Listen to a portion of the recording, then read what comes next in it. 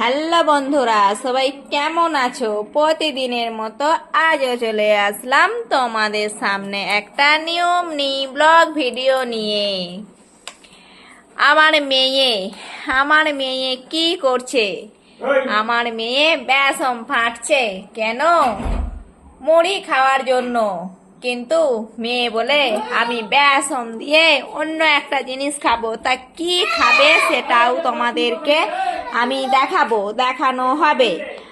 আর আমার মেয়ে মানে আমরাও বাঙালি, তাই আমরা কাজকে খুব খুব ভালোবাসি।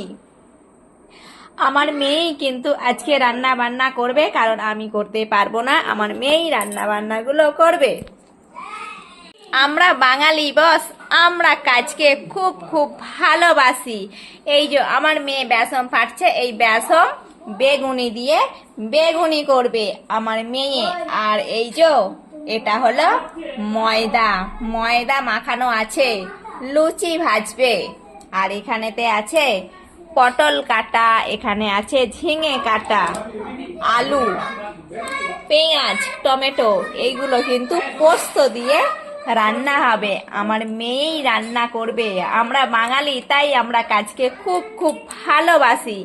আর আমার মেয়ে যে রান্না করবে সেগুলো তোমাদেরকে দেখাবো, তোমরা দেখবে। আর আমার এই ভিডিওটা তোমরা কিন্তু লাস্ট পর্যন্ত সবাই দেখবে। আমার মেয়ে লুচি বেলছে।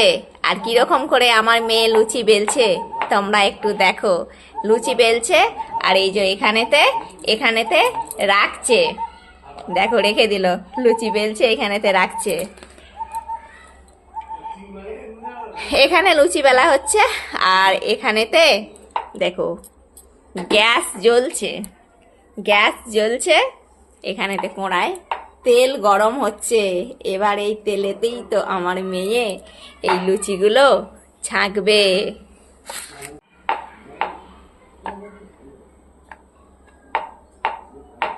দেখো, লুচি ছাঁকতে লেগে গেছে আমার মেয়ে।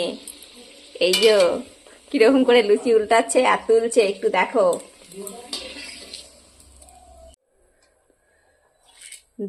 দেখলে কিরকম করে লুচিটা কোঁড়াতে দিল। আর দেখো কত সুন্দর ভাবে ফুলছে। ভালোই লুচি বানাচ্ছে আমার মেয়ে। সবকিছু কাজই শিখিয়ে রাখতে হয় মেয়েদেরকে।